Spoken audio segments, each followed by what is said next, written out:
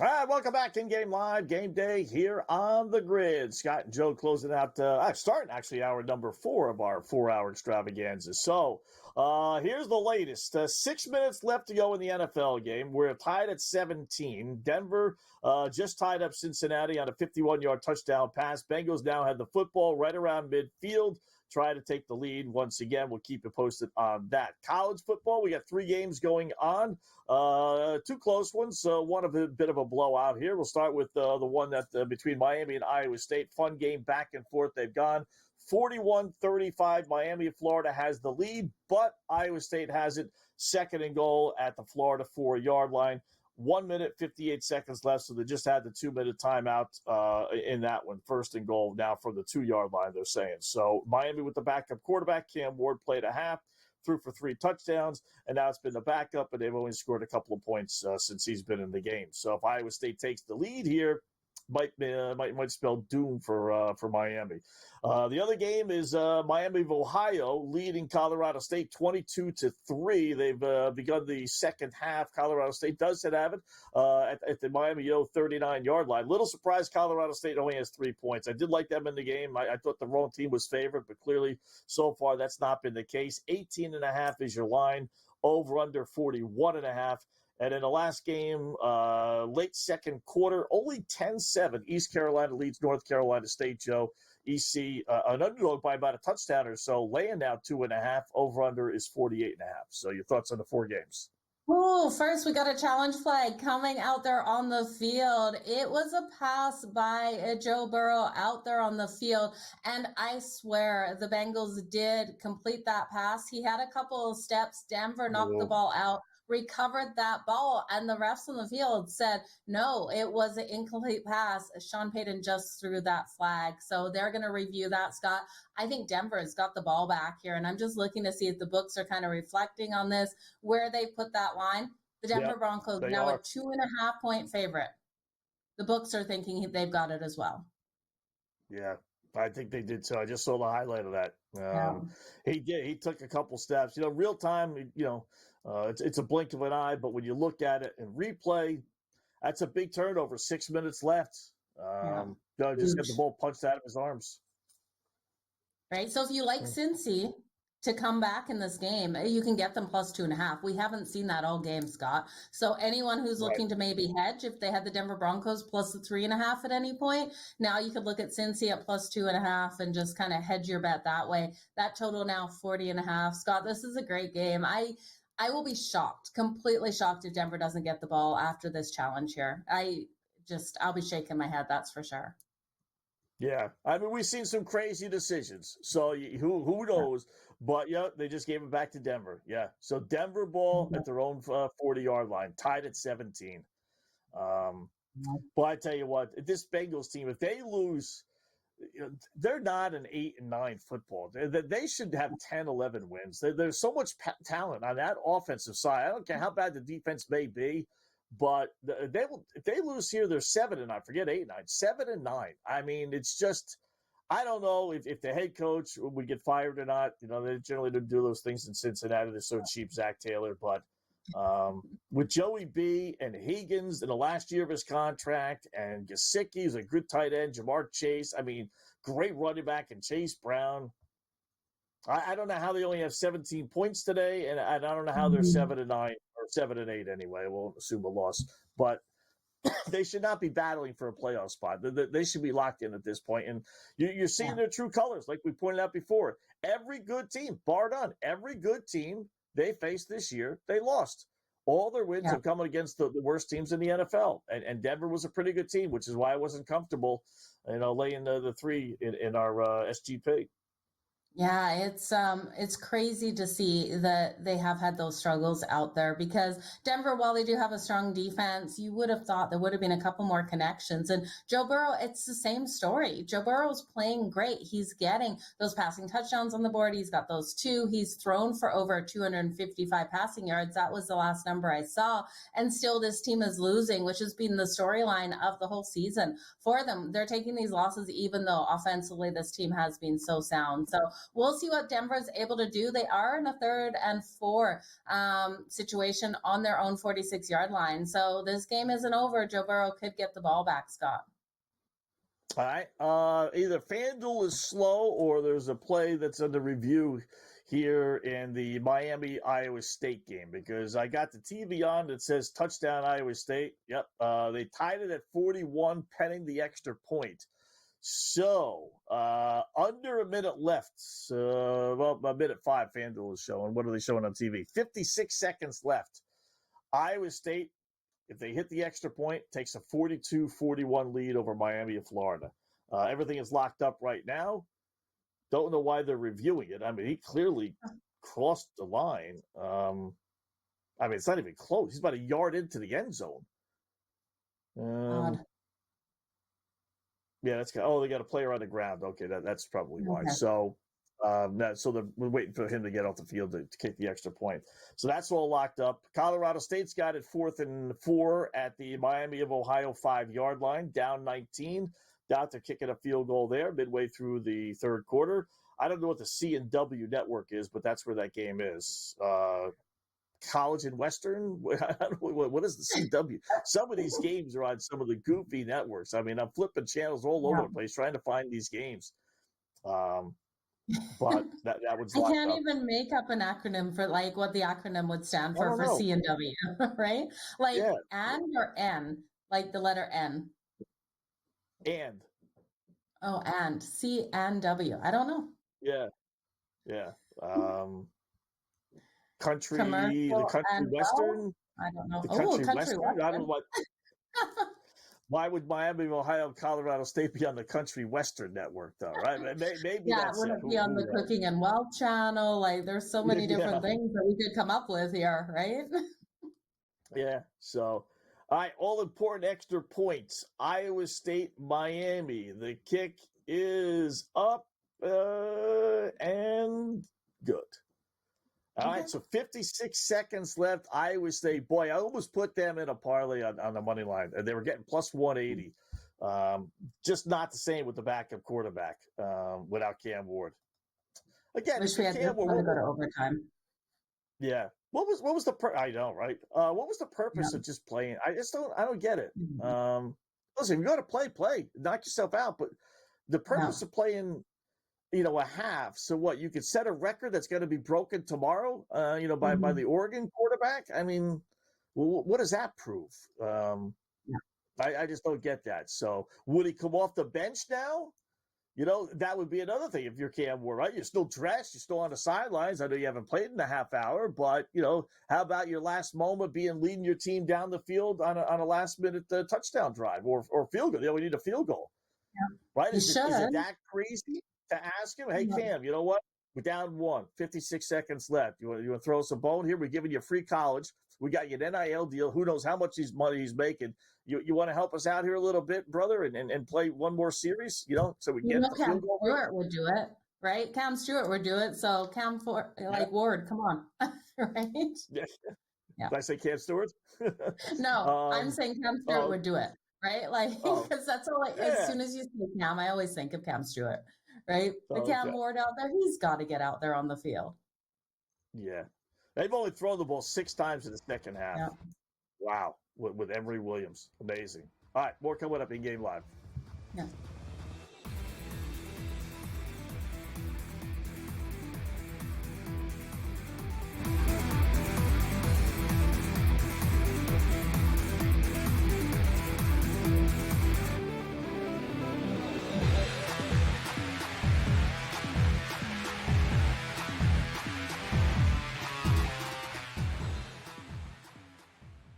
So my team didn't win this weekend, but I still did with this app that's taking over the game. Sports Millions Pick'em lets you make quick and easy predictions. Pick your favorite players, go higher or lower, and you can still win big even if your team loses. Plus, the multiplier is insane. With just a few picks, you can win big money.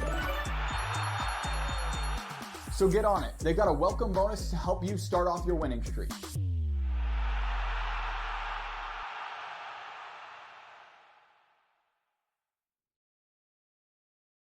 Anyone that's been to a sporting event, the atmosphere before a game, I think Game Time Decisions has that same exact atmosphere.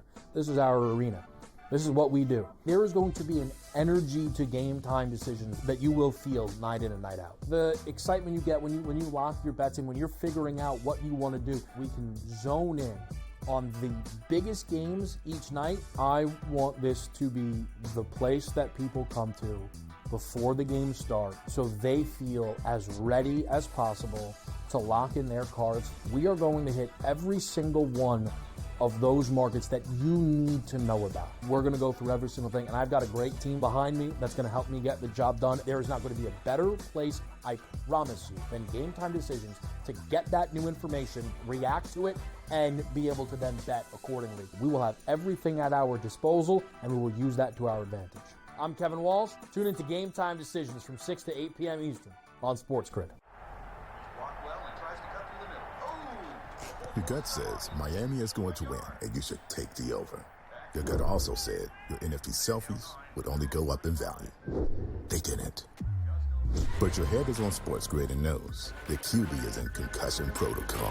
The backup has a 45 QBR against the zone coverage. The New York D has the most sacks in the league. So yeah, trust your head. It's smarter to be on SportsGrid. Two guys that can do it all. Too much electricity this morning. This is a good time. We're having a lot of fun. I had to do a triple take. Ka-ching! Why? Because of parity. I didn't mean to offend. Yeah, it's not going to happen. Load management is a dirty word. Let him rip. You know what? Circumstances provide the results. What? How do you do this one? Oh, Donnie, you got such a good show there. A network that is booming. The Early Line, only on SportsGrid.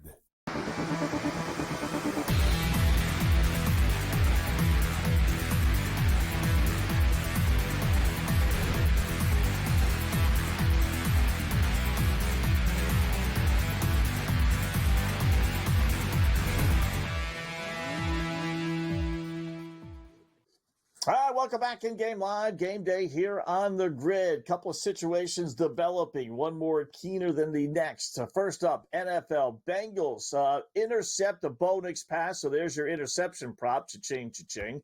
And a couple plays later, they now have it at the Denver 21-yard line, 1st and 10 at the 2-minute warning. So they got a chance to take a couple of these here if they want to, maybe run a couple plays, but it looks like they'll have a chance to kick the game-winning field goal. Miami of Ohio, meanwhile, Miami and Iowa State. Iowa State grabbed the lead. Iowa State, is now looking to win it. It's 4th and 3 for Miami, and they get the first down. How about that? All right, they still got a long ways to go. They got at their own 31-yard line. With 14 seconds left, needing to get, another 40 yards, I would say, to be in modest field goal range. That would put it about a 50-yarder or so. So not much time left in that one. Iowa State leads at 42-41, Joe. But big play by the Bungles. They pick off Bo Nix. And then a play later, they hook up with Jamar Chase on a long pass that puts them in perfect field goal range. Yeah, perfect pass out there to Jamar Chase. Now Joe Burrows has hit 300 passing yards, Scott. And I know that they should just run out the clock, kick the field goal, get the win. How many missed field goals have we seen this season? There's been so many clutch situations. And then we know Joe Burrow has been fantastic at getting 3 or more touchdowns in the last 7 games. I won't be shocked if they just go for the touchdown, try to run out the clock, and then get the touchdown on the board, because that keeps that streak alive for him as well. It's just crazy what history he's making out there on the field. So 304 yards for him, 2 passing touchdowns. He has been sacked 5 times in this game. That offensive line cannot allow him to be sacked again here, Scott. Yeah, that's the last thing. That's why a passing play here would be a little dangerous. Right now, you're looking at about a 37-yard field goal. No, he's throwing the ball. My boy Chase Brown, he goes out of bounds, and that's another thing you don't want to do. You don't want to go out of bounds. This Bungles team has run so poorly. I mean, Zach Taylor, he's such a bozo on the sideline. You put him on the list of some of the dumbest head coaches when it comes to game management in the NFL. I mean, you don't want to get the ball out of bounds. You want to have Denver at worst use their timeouts. You're looking at kicking a field goal here and maybe now giving the ball back to Denver with well over a minute left and a couple of timeouts. So you either run And I don't have any problem throwing the ball, but you don't do it to a running back coming out of the backfield, on a little swing pass in which there's a halfway decent chance he gets thrown out of bounds. So, all right, now it's the 2nd and 6. And then now they threw an incomplete pass. And now I'm seeing 1st and goal at Denver's 7-yard line, Scott. So, Joe Burrow, touchdown to who? Who do you think he goes for? You need Brown, right? That's who we're cheering for? I need Chase Brown. Yeah. Let's get that Chase Brown touchdown. That would be something. That would be. That would be too good to be true. Because I got him on my fantasy team as well. I kind of doubled down on Chase Brown. So back to the football, the college football game. They're still in a timeout. They got it at the 40-yard line, 4 seconds left. Their own 40-yard line. So here comes a Hail Mary. And Cam Ward did not come out, I will say. Because Cincinnati's throwing the ball all the way down the field. So let me quickly throw that one on, right? Is Denver going to call timeout? Yeah, they did. Okay. Let me see if they keep on showing Cam Ward. I'll give them credit for that. So I'm sure the announcers are probably talking about that. It's like, you know what? Could have played. One last drive. One stinking last drive. That's all you really needed to do. So Bengals are 70-1 on the money line, Joe. 2nd and goal at the Denver 1. Now, if you're Denver, do you let them score? This way you have the ball 10.5 left, one timeout left. You'll be down 7, but at least you'll have a crack versus, Cincinnati. Let's say Cincinnati just takes a knee and doesn't try and score. Yeah. Or you stop them. Denver will use its last timeout. Then it'll be 3rd down. They take another knee, we'll say. Then it goes all the way down to the incomplete pass. So it's Iowa State wins 42-41. That last play was Brown, Scott. It was Brown that got it to the first, to the 1-yard line. Oh, really? And now he's banged up. Oh, that's not good to see. No, that's not good. Oh, really banged up. That's terrible to see. Get banged up on the touchdown run. That's what you get banged up on. But not, wow. That doesn't look, if they make the playoffs, it doesn't look good. They did run it, man. He kind of like, his ankle. I think it's his ankle. He folded over straight down. Yeah, he tripped. They keep playing it. I can't watch it again. That's really painful looking. Ooh. I don't think he's playing next week. He tripped and then he just kind of slid into second base, weirdly. It wasn't like he was tackled and that's what, someone hit him hard. He obviously was tackled, but it was just at 20 carries for 67 yards only. That's why I talked about the Kyron Williams thing. Yeah, guys do get the ball 20 times without getting, 90 yards. All right. So, So anyway, back to the scenario. If you don't let them score here and you actually try and stop them, you could theoretically get the ball back with about 30 seconds left. Down 3. Enough time. Would you rather have it 30 seconds left down 3 or a minute and a half left down 7? Give me a minute and a half down 7. A minute and a half down 7, drive down the field, tie it up, send it to overtime. Right? That won't help the total, though. That will kill the under 52.5.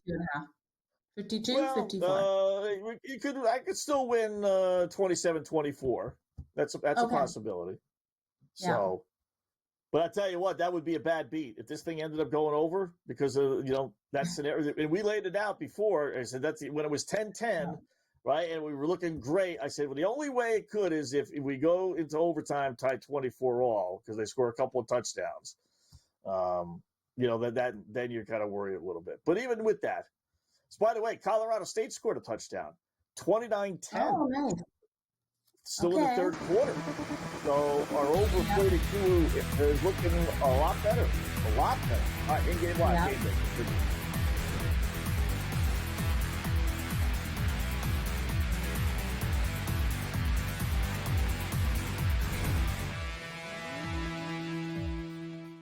As the candles flicker, a new tradition shines. 8 nights of Hanukkah, 8 nights of winning insights. They may come out slow, so you might be able to get a better number. Wow, they're favored. With SportsGrid, every night is another chance to win. No pick sixes today, they cover. So let's crunch it up.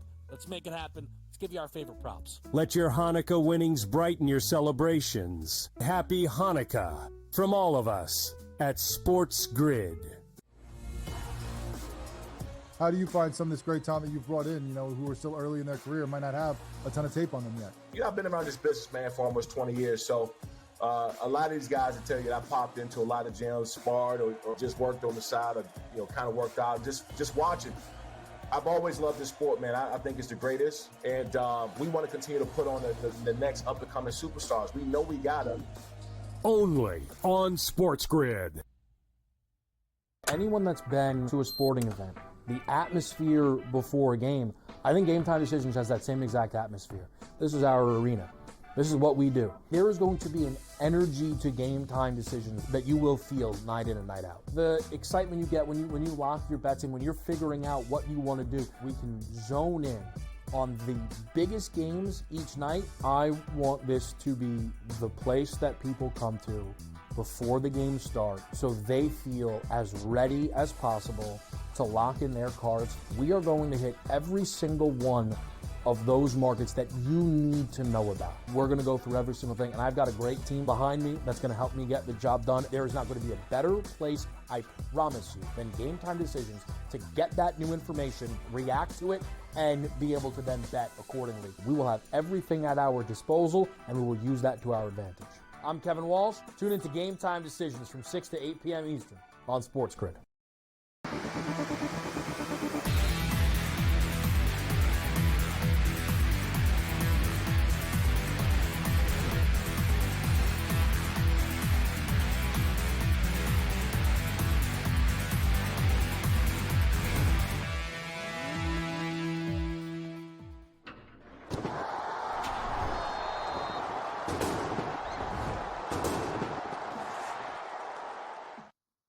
All right, we are back, and we have another score. It's amazing how many times team scores. One team, but anyway, when we're away. So Cincinnati scores, touchdown. Denver did try and stop them, but a little quarterback sneak. Welcome back, Scott Wetzel and Joe Madden until 8 p.m. Eastern time. So Bengals take the lead, Joe, 24-21. Over a minute left, and Denver's got one timeout. So the scenario we laid out. Do you try and stop? Although they did try and stop them. I'm a little surprised Cincinnati didn't at least take a knee. Forced Denver to use that last time out. So they try and stop them, but they didn't. Quarterback sneak, touchdown, Joey B. They have a 7-point lead. Denver's got a minute and change and a timeout. Interestingly enough, as we talked about in the break, they offered me a pretty decent payout on my overtime bet. They gave me, they peaked at 50% from what I bet. So I took, 50% on top of my bet. So they were giving me a profit. So yeah. I took it. But they clearly think the Denver's going to come down here and not only, by the way, score a touchdown, but then kick the extra point. Denver, could easily, go for two and try and win the thing. Yeah. So that's not necessarily an overtime, even if Denver does score the touchdown here. So I took my money and ran. Oh, I would have too, Scott. I tried to look to see if I was getting a cash out option. I was not getting any option for that cash out. So nice for you to get that. I'm really interested to see how this one finishes up. Bo Nix is moving the ball nicely down the field. They're 1st and 10 on Cincy's 34-yard line. They have every opportunity to do that and send this one into OT. Do you think here that Cincy is able to win it if it goes to overtime, or do you think Denver will have that momentum? What are you thinking with what we're seeing out there right now? Well, it's not life and death for Denver, right? Mm-hmm. So that's why I'm thinking if they score a touchdown here, maybe they would go for two. They've seen their defense really get torched. Joey B, 300 yards passing. Cincinnati has scored on their last couple of possessions, and really they moved the ball well the entire game. It's only self-destruct in the red zone for Cincinnati. Denver really stopped them. So I'm thinking, I'd go for two. If I score a touchdown here and there's, a couple seconds left, we'll just say, I think I would go for two in the win. Yeah, I would too. Really, it's not do or die, but they could clinch with the win here tonight. And if the Bengals lose this, they're eliminated from playoffs. So it would be interesting to be in the head of Sean Payton and see what matters more to him. If it is here clinching this game or clinching in the playoff spot, or if it's sending the Cincinnati Bengals eliminated from the playoffs. So you got to wonder what these head coaches are thinking, Scott. Yeah. And Denver's got Pittsburgh next week on the road too. Yeah. Or Cincinnati. So, Denver could also get in by beating Kansas City and also having Cincinnati lose next week. And then depending on what the Dolphins do. And I read where Tua might not play tomorrow. Everything is said and done. So, it would take a monumental, catastrophic collapse here for Denver not to somehow or another get in. Which is why I'm thinking, and we need one more completion. We're at 20, depending on what number you got for Bo Nix and his completions. He's got 20, and I see he's got a completion. Does that count as 21? My TV is behind. He's got 21. So if you got him at 20 and a half, you're a winner. If you're at 21 and a half, 4th and 1, 14 seconds left. Boy, it's amazing. Even these in-game line numbers, Joe, the boys in Vegas are right on it. Right on it. We got to sweat this to the very, very end. It's amazing. Yeah, we absolutely do. 14 seconds left, Scott. What's going to happen here? Look in your magic ball. What are you thinking? Denver do it? I don't. Are you feeling pretty good you cashed out? Are you glad you cashed out with that overtime bet? Yeah, I am. 150 or 50%? Yeah. That was beautiful. Yeah, I don't. Yeah, that was a pretty good payout. I mean, for having a team have to go all the way down the field, in a minute and a half with a rookie quarterback and only one timeout. I mean, I know it's possible, but you want to bail me out of that bet? I'll definitely take that. I mean, that's what happens when you can win up to 6-1, though, right? I mean, doesn't take much for them to say, okay, let's get out of this bet. So, timeout, Denver. Oof. Here we go. Okay. I think, or maybe that was the timeout. Oh, I think they got the touchdown, Scott. I think they got the touchdown just then. No way. Are you kidding me? Goodness. Did you just see that pass? What it is a touchdown. A touchdown on the board. Vince Jr. again. Wow. 23-24 game. It's under review, but touchdown Broncos. Let's see it. I think they're going for 2 as well. We'll tell you when we come back. Wow.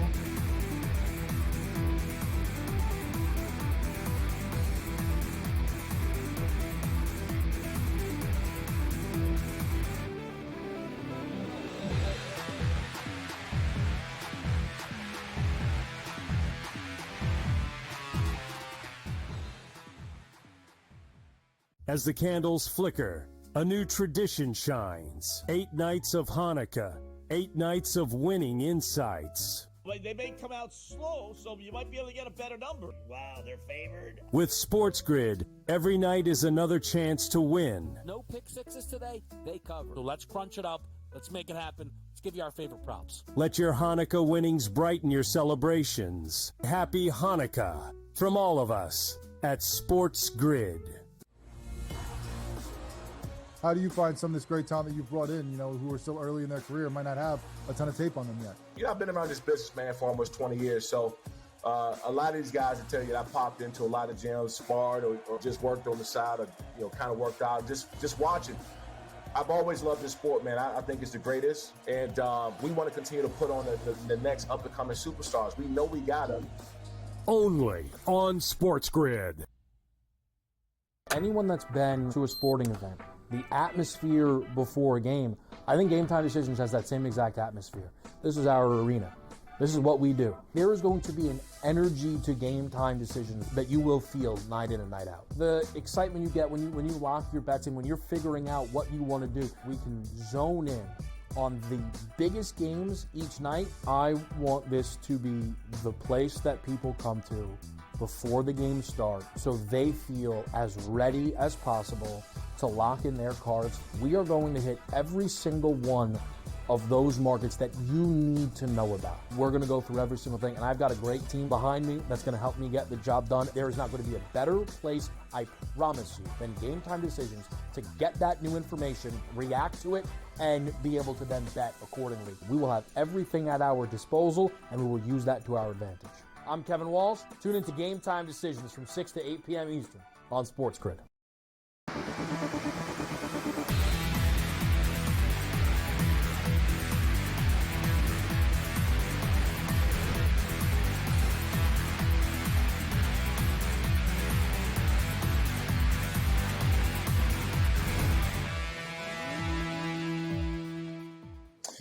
All right, welcome back. In-Game Live Game Day here on the Grid. A little scoring update. Touchdown does count. It was close, but I really didn't think it was that close, to tell you the truth. But they went to review. Good. They end up kicking the extra point. Wow. With 8 seconds left, Denver 24, Cincinnati 24. And that 6-1 ticket, barring something really crazy here, is going to cash, Joe. And, we'll talk about the play and everything. The numbers are all locked up. They're giving you a money line, Cincinnati minus 146, Denver plus 114. And now it's even closer to pick. It got lowered. But, that was weird. I had this debate with Sherapan all the time. I'm jokingly, I say the boys in Vegas know. I don't know how they know, but somehow or another they know. He swears no, that's stupid, blah, blah, blah, blah, blah, right? But I'm holding on to a 6-1 ticket. I got a rookie quarterback. I need to go 75 yards in a minute and a half with only one timeout, and they're giving me a bailout that was a profit on my bet to go to overtime. Why would you do that? I mean, I would take that bet 9 times out of 10 that they don't go to overtime, that they don't get the extra point, and they got to kick the extra point. And yet, that's what happened. I mean, it's just like, how did they know? How did they know that they were going to go the length of the field? It's not like it's a 50-50 game. The offenses have been pretty much stagnant, the entire game. It's nuts, Scott. I'm so glad they went to overtime and Sean Payton didn't didn't go for 2 points because, well, one, I need to finish my parlay. Bo Nix took over 235.5 passing yards. He was at 217.5 entering overtime here. So can he get there is the biggest question. They're going to play it safe, though. I really think he comes so tight to this number. I think he hits 230. I'm nervous. What are you thinking? What do you got, 235? 235 and a half? Yeah, 235 and a half. So the hook there, the books are hitting. I mean, no. It'd be nice if they won the coin toss so they get the ball at least one time. You never really know. But I would say yes. I think, he got his 22 completions on that one completion. So that prop hit, the over 21 and a half, that I get done telling you. I think you're pretty solid. I mean, if I have an under or an over ticket, I'm taking the over ticket on that with 235 and a half. And then Joey B, he's all over his numbers. He can still get his third touchdown pass. He can, which wouldn't you love to see? I would love to see. Even though I'm rooting for Denver here, I love to see these players succeed and make history, Scott. So it'll be really great to see if Joe Burrows is able to do that or not. But yeah, 24-24 overtime. It looks like Denver's getting the ball, right? They won the coin toss. Is that what you just saw? So. I think I saw that, yeah. So that was a heck of a catch and a heck of a throw, right? I mean, boy, this guy Nix has gotten so good. His first couple of games, he was awful, right? You're wondering why they drafted him and this and that, but they stuck with him. And, man, he's made some terrific throws. I know we're all going gaga over Jaden Daniels, and I get that. But I tell you, Nix has looked really good. They win this game on the road. They're 10-6. They got a chance to be 11-6 next week if they beat the Chiefs who are playing for nothing. I mean, that's double their win total. Their win total was 5.5 this year. I mean, how many teams get to double their win total? Unless it's like 1 or 2. Sean Payton has done amazing with them. Bo Nix is way better than expected too, right? And I've heard that his arm is just so strong. That's what Sean Payton has been saying, like, to the media, that his arm is just like a bullet out there, right? The strength he puts behind his throws. So I think, some people really will need to watch out for Bo Nix over the next couple of years as he continues to develop under Sean Payton, Scott. Yeah. Touchdown Miami of Ohio. So Miami and Colorado State goes over 35-10. Nice. Denver gets the ball first. They got it 2nd and 11, and yet they're getting plus 162 on the money line. Surprising. That can't be. They say they have it at the Cincinnati 29-yard line. There's no way in the world that can't be. Something's wrong there. Why would they be getting plus 162 if they got it 2nd and 11 at the Cincy 26? Right? And now I'm seeing 1st and 10 at Cincy's 26. Oh, Cincinnati ball. That's why they were a little slow on flipping it to Cincinnati ball. Yeah. You realize you got to be a little leery of some of these lines if they don't make any sense. So, but that was a quick 3 and out. Oh, Cincinnati must have got the ball first, not Denver. There's no way. They must have. Yeah, they were wrong on that. So, yeah. All right, now it's a little different with your 235, and now you just hope Cincinnati doesn't come down and score a touchdown. So, I tell you, we talked about Kansas City and all the goofy games that they've played in, right? This Cincinnati team's played in a couple of weird games too. They absolutely have. Whether it's the Chiefs game, they lose to the Commanders on that last-second touchdown pass. 2 weeks ago against Tennessee, the crazy game against Dallas, the overtime game, they lost to the Ravens. So it's been no easy sleigh ride for the Cincinnati team. And we'll see what they're made of. Can they rally the troops? Boy, that was something. Now I got to worry about a touchdown. By 52.5, perfect, Joe. Just perfect middle. I couldn't lose. Is now in trouble. Ugh. No, it's crazy to think. I think this game will end in a field goal, though. I really do. Right? With how these defenses, I think, will show up, with how we saw the defenses in the first half, they have to be able to come out in this overtime here and be able to seal the deal for one of these teams. So give me the defensive play, give me the field goal, and then you can cash it. And then if you had Denver plus the 3.5, you're kind of laughing here. I think I got them plus 3.5. I hope it wasn't plus 3. I don't want that push, Scott. Yeah. Somewhere it was 3, other places it was 3.5. Yeah. So I can't remember. Are they giving us any props at all in this stuff anymore? Probably not, right? They locked this stuff all the time. Yeah. Passing it. Everything is completely locked up. Yeah. Yeah, I'm just seeing the money line. Okay, what did you got?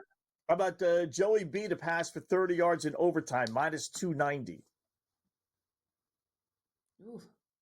Ooh. What's he got now?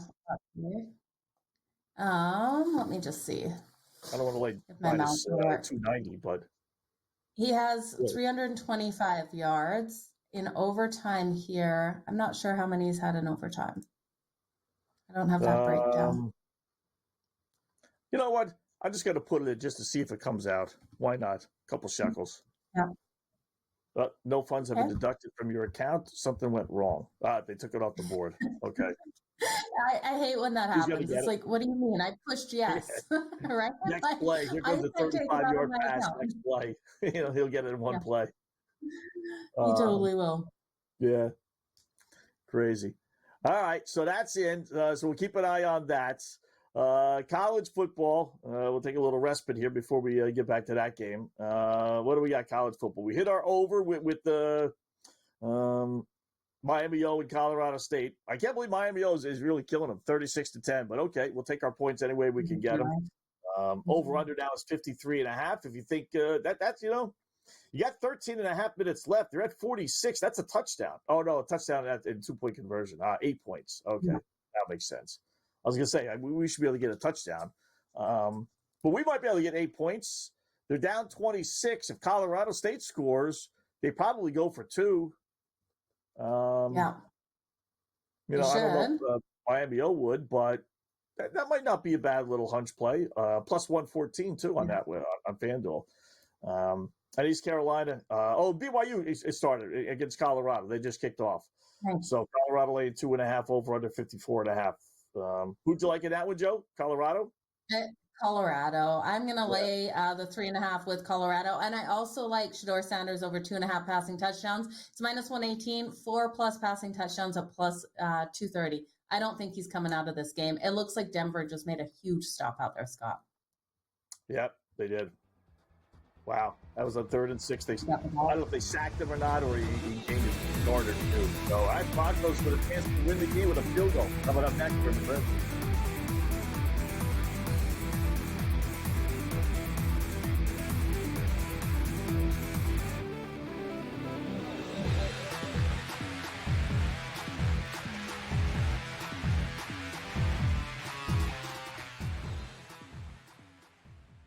As the candles flicker, a new tradition shines. 8 nights of Hanukkah, 8 nights of winning insights. They may come out slow, so you might be able to get a better number. Wow, they're favored. With SportsGrid, every night is another chance to win. No pick sixes today, they cover. So let's crunch it up. Let's make it happen. Let's give you our favorite props. Let your Hanukkah winnings brighten your celebrations. Happy Hanukkah from all of us at SportsGrid. How do you find some of this great talent that you've brought in, who are still early in their career, might not have a ton of tape on them yet? I've been around this business, man, for almost 20 years. So a lot of these guys will tell you that I popped into a lot of gyms, sparred or just worked on the side or, kind of worked out, just watching. I've always loved this sport, man. I think it's the greatest. And we want to continue to put on the next up-and-coming superstars. We know we got them. Only on SportsGrid.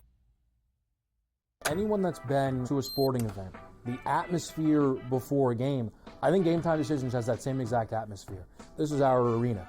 This is what we do. There is going to be an energy to Game Time Decisions that you will feel night in and night out. The excitement you get when you lock your bets in, when you're figuring out what you want to do, we can zone in on the biggest games each night. I want this to be the place that people come to before the games start so they feel as ready as possible to lock in their cards. We are going to hit every single one of those markets that you need to know about. We're going to go through every single thing, and I've got a great team behind me that's going to help me get the job done. There is not going to be a better place, I promise you, than Game Time Decisions to get that new information, react to it, and be able to then bet accordingly. We will have everything at our disposal, and we will use that to our advantage.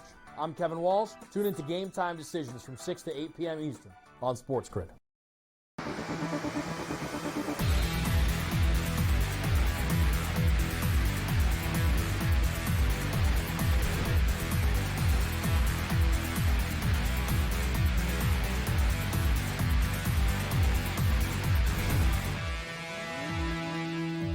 All right, welcome back In-Game Live, Game Day here on the Grid. Overtime we go. Cincinnati and Denver.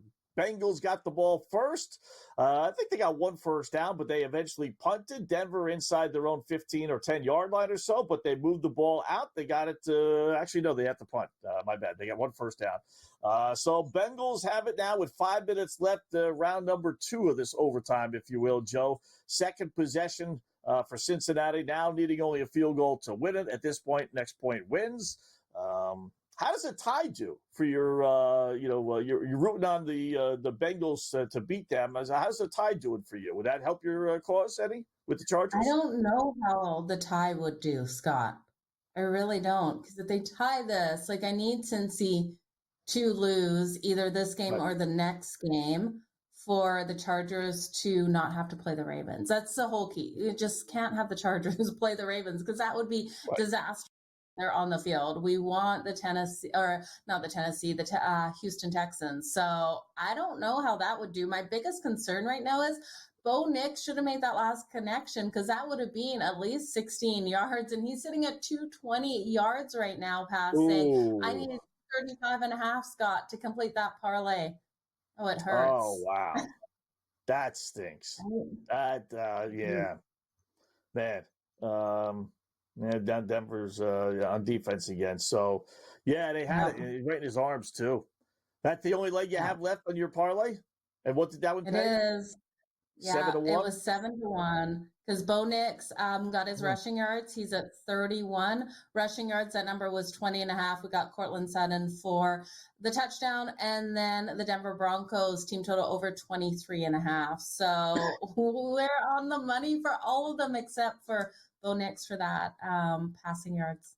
It hurts, Scott. It really hurts right now. And I tell you, out of all the ones, I mean, Sutton, that's kind of like a toss-up, really. Yeah. Nick's 20.5 yards. I like that one a lot. The Denver team total, 24. The one, to me, that was almost like the no-brainer was the Knicks over 235.5 passing yards. Like, oh, yeah, he'll get that. I'm not worried about that. I got to worry about Sutton touchdown or Knicks, scrambling for 21 yards. Either the Knicks scrambling or the Knicks passing. Either one. Those were the two. Like, okay, they're going to be in. Man, And me certainly too. helps. And so I think next time I do a parlay, whatever leg that I feel, oh, that one's going to be easy, I'm just going to throw it out the window before we even start the parlay. I'll be like, okay, I built the parlay. Yeah. This is my easiest leg.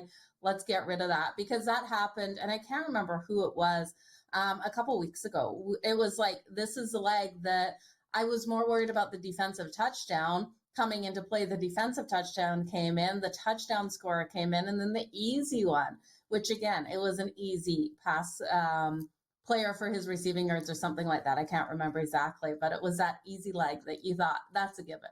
It just didn't cash.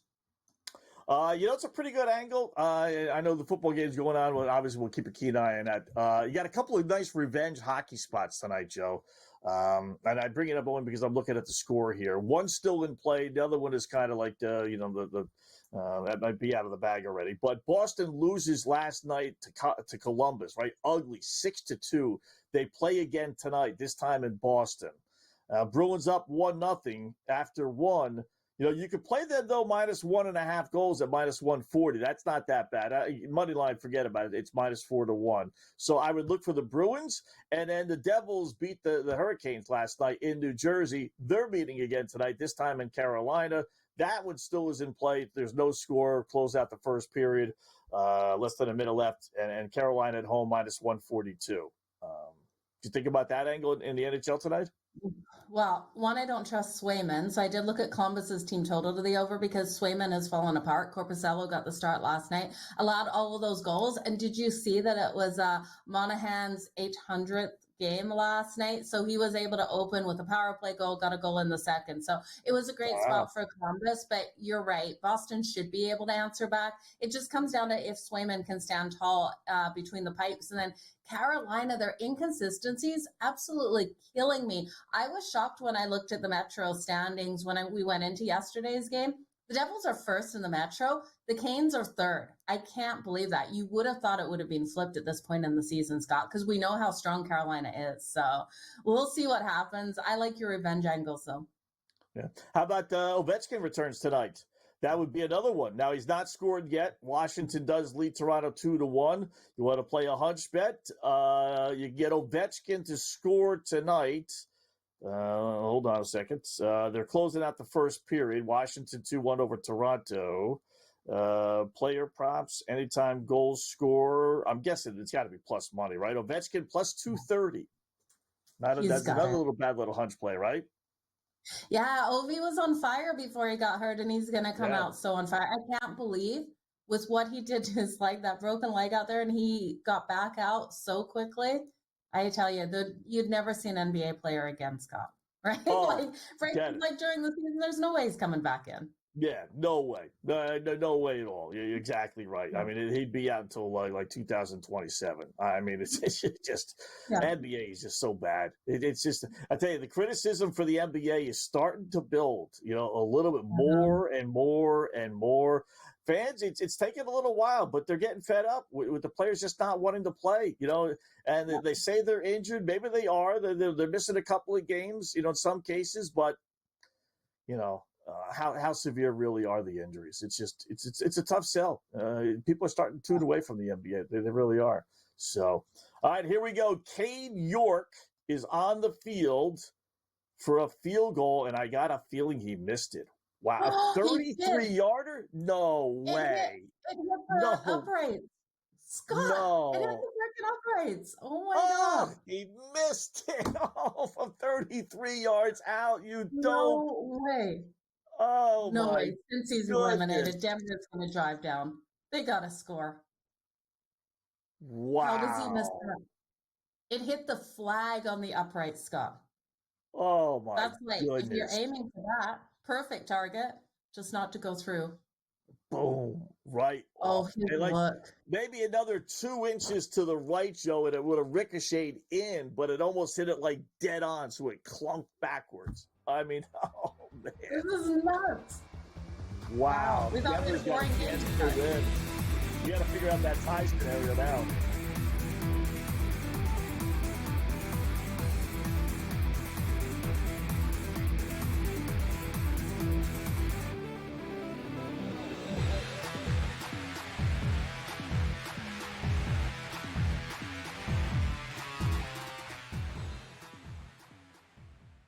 As the candles flicker, a new tradition shines. 8 nights of Hanukkah, 8 nights of winning insights. They may come out slow, so you might be able to get a better number. Wow, they're favored. With SportsGrid, every night is another chance to win. No pick sixes today, they cover. So let's crunch it up. Let's make it happen. Let's give you our favorite props. Let your Hanukkah winnings brighten your celebrations. Happy Hanukkah from all of us at SportsGrid. How do you find some of this great talent that you've brought in, who are still early in their career, might not have a ton of tape on them yet? I've been around this business, man, for almost 20 years. So a lot of these guys will tell you that I popped into a lot of gyms, sparred, or just worked on the side, or, kind of worked out, just watching. I've always loved this sport, man. I think it's the greatest. And we want to continue to put on the next up-and-coming superstars. We know we got them. Only on SportsGrid. Anyone that's been to a sporting event, the atmosphere before a game, I think Game Time Decisions has that same exact atmosphere. This is our arena.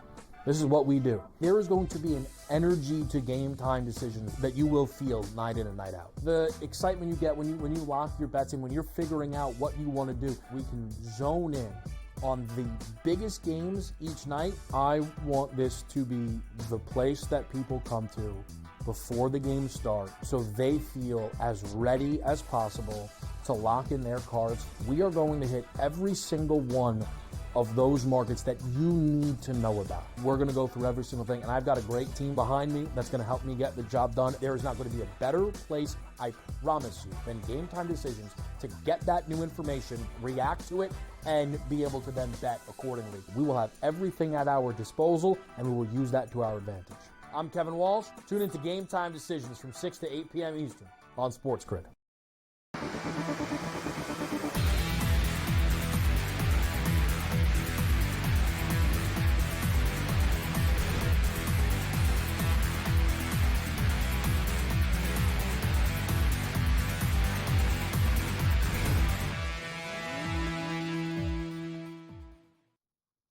All right, welcome back In-Game Live, Game Day here on the Grid. Scott and Joe for another couple of minutes. We got Adam Kaufman, Brady Cannon coming up next. They'll take you over the next, I believe it's at least 3 hours, if not 4, depending on how long the late game goes. I think there's a chance that, if this would have gotten a double overtime, Joe and I would have been still with you. But thank goodness the NFL has said, nope, 1 overtime session. So here's... Yeah, okay. We're going to stay until the end of the game, but that's going to be in a minute or so, I would think, anyway. Anyway, so here's the scenario. We're tied at 20. Yeah, right. Well, we're tied at 24, 2 minutes left. They do have a 2-minute warning, I do believe, in overtime. They do. So, yeah. So we got Denver, just punting the ball away with 2:20 left. So Cincinnati needs a field goal. A tie is as good as a loss for Cincinnati.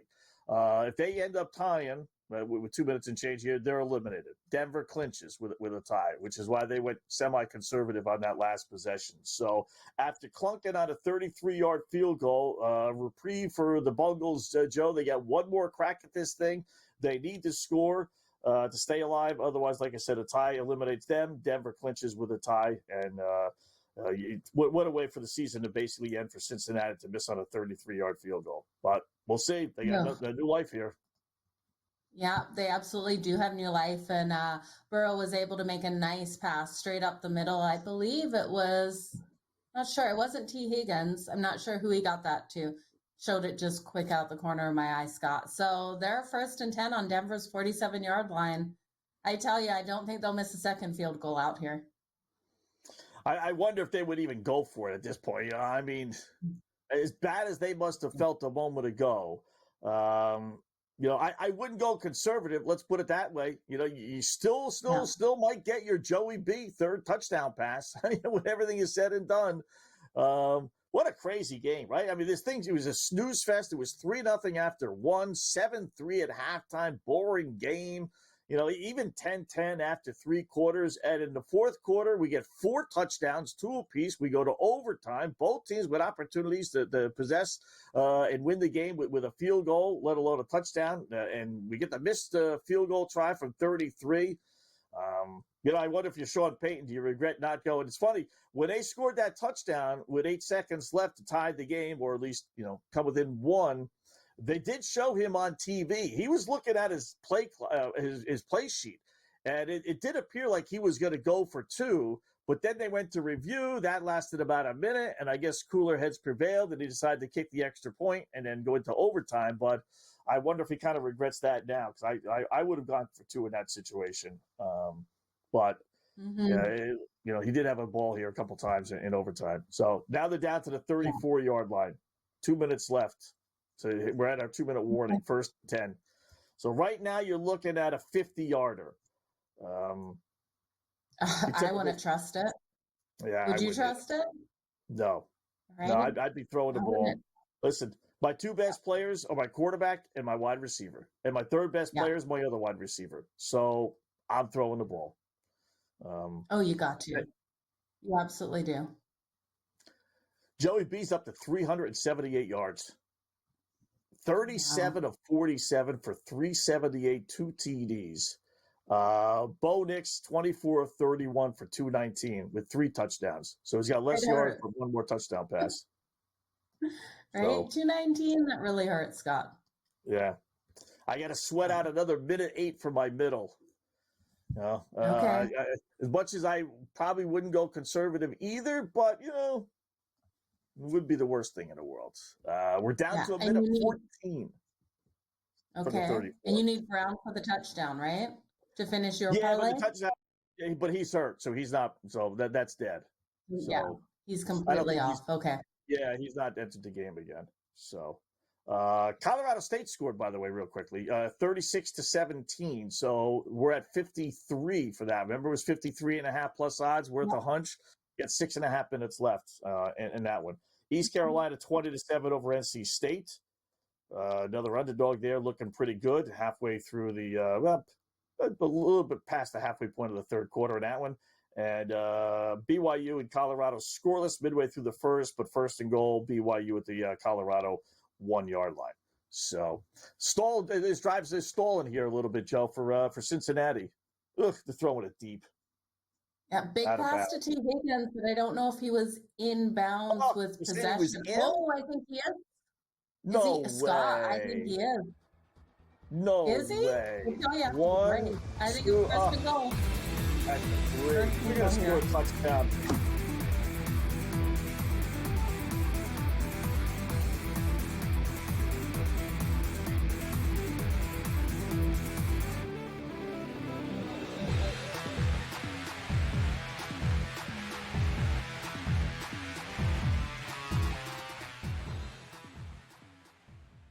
As the candles flicker, a new tradition shines. 8 nights of Hanukkah, 8 nights of winning insights.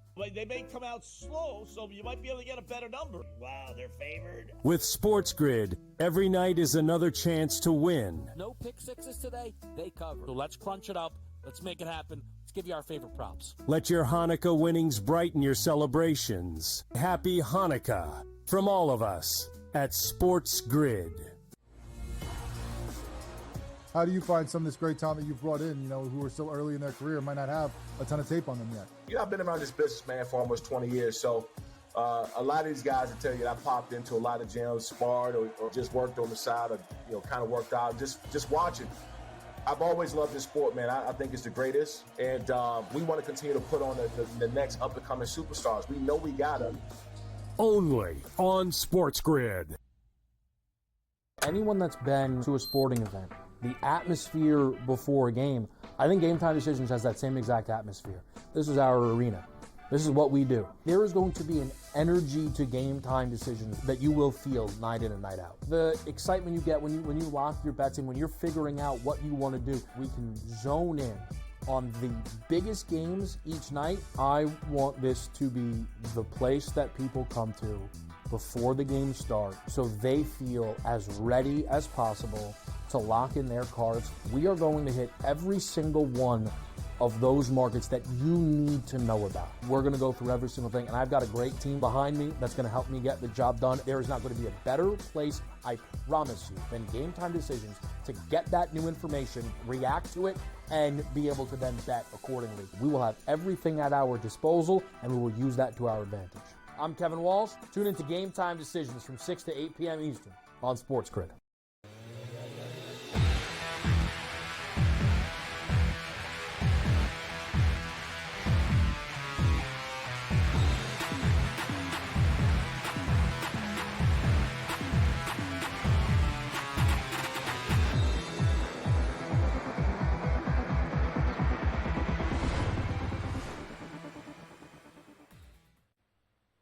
Man, if you were on the Broncos plus 3.5, as I was, Adam Kaufman high, and my partner in crime here on Saturday nights, Brady Cannon, was as well, then, oh boy.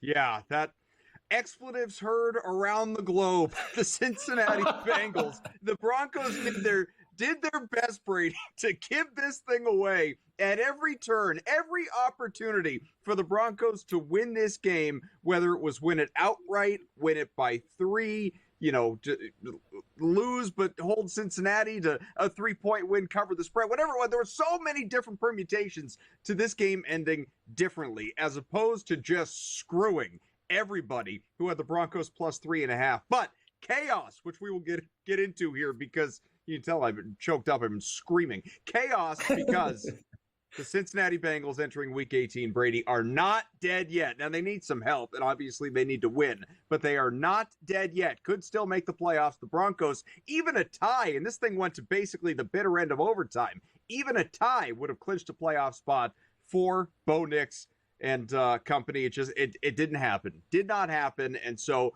that game, hell of a lot more exciting, obviously, than what we got out of the Chargers and the wannabe Patriots earlier today. A dud of all duds. We have one more game that starts in a matter of moments, that before we react to all of that and everything that has happened today in the world of college, because this is In-Game Live College Football Game Day, we got to preview what is to come. But first, Brady, how you doing? Oh, boy. I mean, you spelled it out there. I think I lived and died during that Broncos-Bengals game 6 different times. I mean, it looked like the Broncos were going to win it outright for a long time. It was a tremendous effort to tie it up at 17. It was a miraculous effort to tie it up at 24. They were gifted that by Zach Taylor, not just bleeding the clock and kicking a field goal to win that game and walk it off with a field goal, which would have gotten us the cover, getting 3.5 there. And then they go to overtime, and they're looking to set up a walk-off field goal there, and they doink it off the upright from 33 yards, giving the Broncos life again. Like you said, a tie would have gotten it done for us with just a couple minutes left, 2.5 minutes left on the clock. They couldn't get a first down and run the clock out. Oh, man, that was tough. And I had the Broncos on a teaser, so I'm okay there as far as my personal betting. But what really upset me is we had a great week in the Westgate Super Contest last week, in the final 3-week mini contest, in second place as it stands, just a half point out of first. And the Broncos was the first game on our card of the week, getting that 3.5, and a tough way to lose your first game on the card of the week. No, without a doubt. I mean, the Bengals still alive in the playoff race in the AFC. So are obviously the Bengals, the Colts, the Dolphins. It's nuts. Now, the Dolphins aren't going to have Tua Tagovailoa this weekend, some of what we will discuss a little bit later on. We'll go through all of the, again, just identifying who's clinched, who's in, who's out, what's to play for here in Week 17. Then, of course, the big Week 18 on the horizon. But we do have an interesting game in front of us still to come in less than 10 minutes. So let's get into it for the people here. For anyone that wants to bet on this game and has not yet, Cardinals at the Rams. And this is universally the Rams 6.5-point favorites at home. The total in this game is sitting at 47.5, 48.5, even still out there as well, depending on where you do your shopping. But look, this one's interesting because you have the Cardinals, who I've been calling frauds, Brady, for I don't know how long. I do not believe in Arizona, and I think they have really kind of shown it in recent weeks. 7-8. The Rams, meanwhile, have gotten hot. 4 straight wins,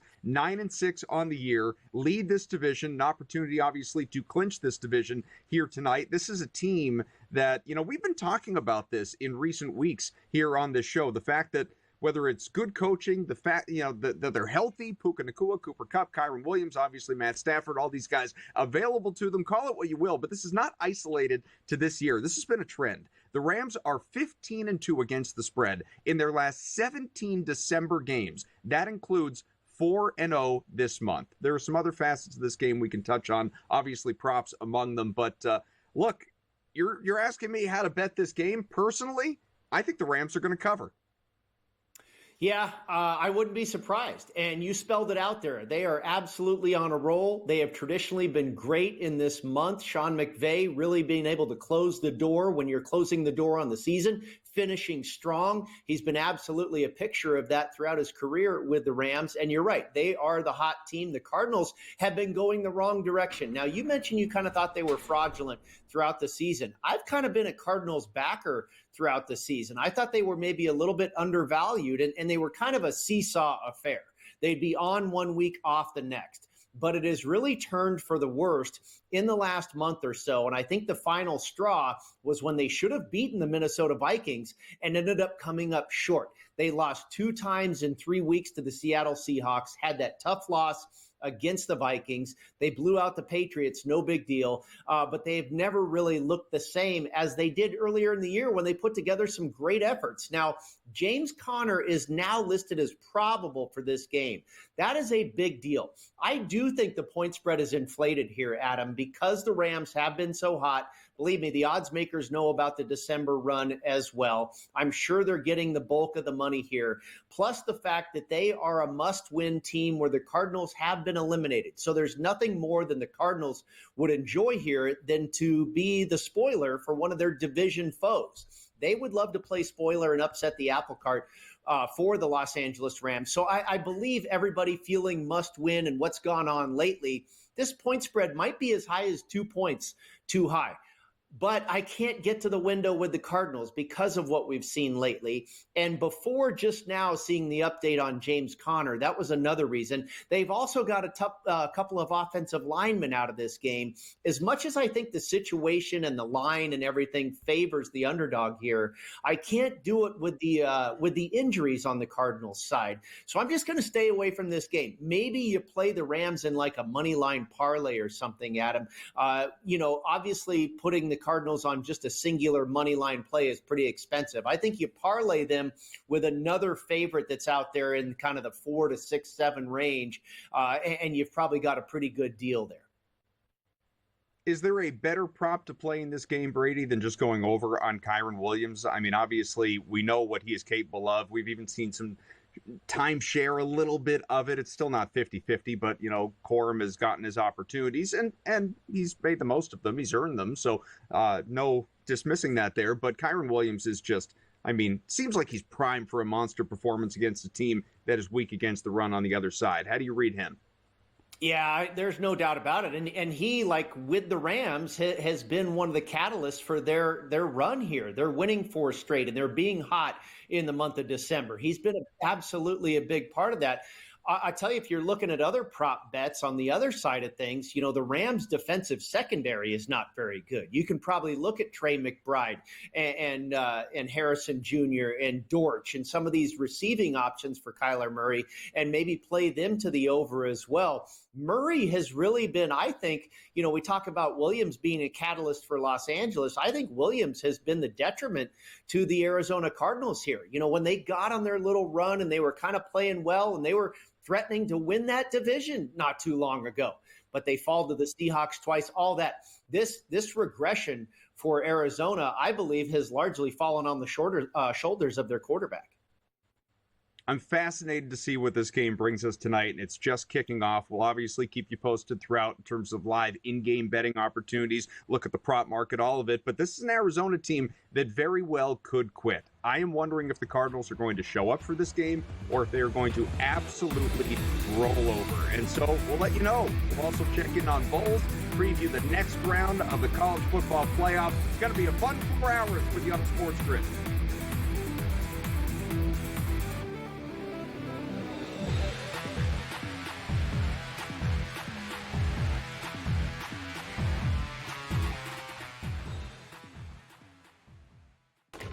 Enter into the magical world of McLuck.com, where even the smallest of spins can win real cash prizes. Adventure into over 1,000 of the best Vegas-style slot games. So what are you waiting for? Unlock your free welcome offer today. Join the fun where winners play and players win.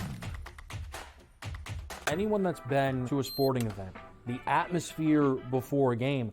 I think Game Time Decisions has that same exact atmosphere. This is our arena.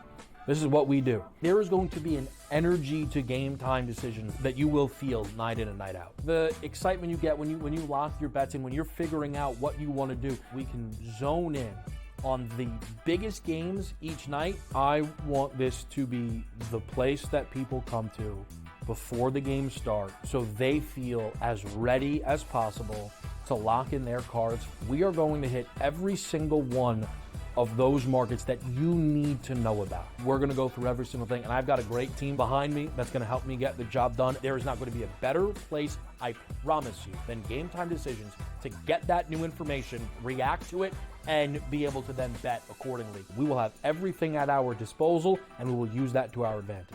I'm Kevin Walsh. Tune into Game Time Decisions from 6 to 8 p.m. Eastern on SportsGrid. Your gut says Miami is going to win, and you should take the over. Your gut also said your NFT selfies would only go up in value. They didn't. But your head is on SportsGrid and knows the QB is in concussion protocol. The backup has a 45 QBR against the zone coverage. The New York D has the most sacks in the league. So yeah, trust your head. It's smarter to be on SportsGrid. Right here with you on Pro Football Today on SportsGrid. Odds in motion, trying to see what lines have moved throughout the week. Never felt more comfortable in this set than I do for this year. I am ready. I'm just getting angry. The hot takes are going to be here all long, people. What in the world is going on in Miami, Dom? It's not particularly anything to shy away from just because many people are on top of it. Hot take, hot take. I think this line is asking you once again to take New Orleans. Pro Football Today, only on SportsGrid.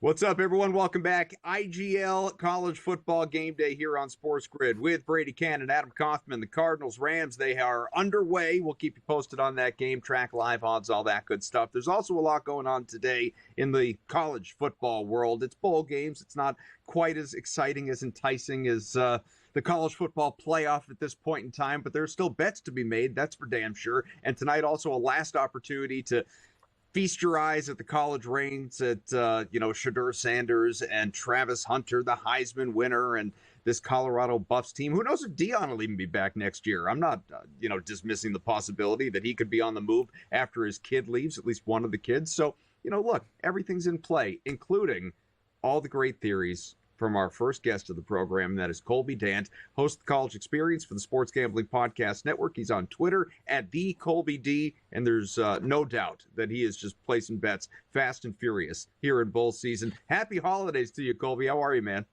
Thank you, and happy holidays to you too as well. I'm doing all right, with the exception of I did not have Miami, Ohio scoring 43 points on the card today, so that is shocking. But other than that, I'm doing okay. All over the place. I'm riding ECU right now. Hopefully that comes to fruition. And then I also have the Buffs, which don't look very good so far. We'll see. We'll see how it all shakes out. But excited to be here. Excited to be, betting on everything. We got 20 different bets going. It's a good feeling. Colby, I want to ask you about your play on Colorado. We saw the initial money and a pretty good move towards BYU. I believe Colorado opened up as about a 4.5 point favorite, all the way down to 2.5. And then not too far before kickoff here, we saw it get bet back up to 3 in favor of Colorado. Everybody's playing in this game. You've got Shedeur and Hunter and pretty much nobody sitting out for BYU as well. What do you attribute the initial movement towards the Cougars to? Yeah, at one point, like when we did our sports gambling podcast show, the line was at 5.5. The Buffs were favored by 5.5 because it had been known that the Stars were playing. And at that point, I thought BYU was the right side. But this morning when I wake up and it's at 2.5, I thought, man, Travis Hunter and Shedeur are going to want to win their final game. So I jumped on the -2.5, and then, like you said, it closed at 3.5. So it's been bouncing all around. I think there might have been a little bit of hesitation, perhaps on, like you saw Cam Ward, and guys, I'll never understand this to me. I'll never understand the players that play when they're not eligible for the playoffs on November 30th, but then say, you know what, I'm going to sit out on December 23rd or 28th or 19th, whatever it is. It just doesn't make any sense to me logically. And then Cam Ward plays 1/2. So maybe they were thinking, maybe the last second line movement is like, hey, Travis Hunter might play just the first quarter. Shedeur Sanders maybe the first quarter or first half. Who knows? But I think that might have something to it after seeing Cam Ward. I just don't understand it. I don't understand the ideology on it. It doesn't make any sense to me. How difficult do you find betting bowl season in general? I mean, we've talked about this strategically in the past, Colby, that, you like you said, guys in the transfer portal or sitting out because they've declared for the NFL draft, or coaches leaving a program before the end of the season, going and taking over somewhere else because this game ultimately doesn't mean a whole lot. There are so many different reasons that, these rosters all of a sudden become tough to handicap. We were talking off air, or as Brady likes to say, backstage, about the Syracuse-Washington State game that took place last night, where that line ballooned, like doubled, if not more than that, to Syracuse being favored, I think, at 18.5 at close, and just barely missed covering the number. But Washington, like, the coach left, both coordinators left, stars sat out, guys in the portal, all that stuff, to where, I mean, it may as well have been like the complete roster of the Sports Gambling Podcast Network there on the field playing against Syracuse. That was the equivalent of talent. And they still did not cover the damn number because for 3 quarters, they just wouldn't go away. And they get that meaningless touchdown, the final 10 seconds, to blow the cover and make everybody miserable, depending on where you got the number, but probably most people. So again, I guess that's all a long-winded way of asking, how do you attack these games? Or is it just easier to sit some of them out? Oh man, I mean, that's actually the hardest part to do, is just completely sit him out, because you're just sitting there playing out angles in your head. Well, what if he doesn't play? Well, how much does he care about this? But yeah, I mean, it's a legit problem. I do feel like there's an edge too, though. Like, you can find an edge. Like, I was all over UTSA against Coastal Carolina, with Coastal, being on their third string quarterback, and the way that UTSA had played the back half of the season compared to early on. But at the same time, it's a big problem. There are certain games where, I think it was the Jacksonville State game, where you're just sitting there like, I got no idea. Both coaches, you got position coaches, coaching, which you have no idea how good they are. You got backups going, it's a big problem in the sport. And it's all hilarious to me when you see the college people say, well, the administration and the coaches say, we need to fix this. Well, there's a simple fix. Make them employees. I've been saying this forever. If you make them employees, they can play whenever you say. But no one wants to do that, because they might get a little bit more money than most are expecting. So, or they want to pay, at least. But it's a big problem, and I don't think it's healthy for the sport. So it's a handicapping nightmare at times. Colby, let's get into some of the previews. We do have a game kicking off a little less than an hour from now. It'll be Louisiana Tech and Army in the Independence Bowl in Shreveport, Louisiana. So a little bit of a home game here for the Bulldogs. They're very challenged offensively. We know how the service academies typically play ball, very fundamentally sound. They run the ball. Yet we've seen some money come in on the over. Not a lot of opt-outs in this game either. What is your take on Army here? A big favorite, Louisiana Tech, of course, subbing in for the later, or the not so far away departed Marshall game that, of course, is a product of all this craziness with opt-outs and such as well. Yeah, I like Army. Louisiana Tech had a couple guys hit the portal on the D line. They weren't a great defensive team anyway. And then, Army, I think, going for their first ever 12-win season. So give me the Black Knights minus the points there with that triple option attack. We can get to more of the strategy in that game and, of course, talk more about bowl season in general. The next round of the college football playoff is around the corner. All of it to come with Colby Dan, Sports Gambling Podcast Network, here on the Grid.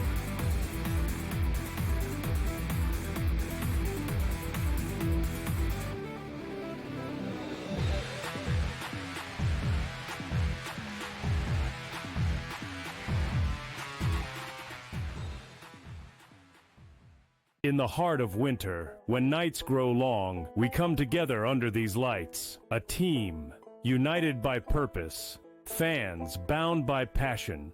Each holding a small flicker of hope in their hands. At SportsGrid, we believe that even the darkest nights can't dim the unity we share. One team, one stadium, one shining moment. This holiday season, we shine brighter together. Happy Hanukkah from all of us at SportsGrid.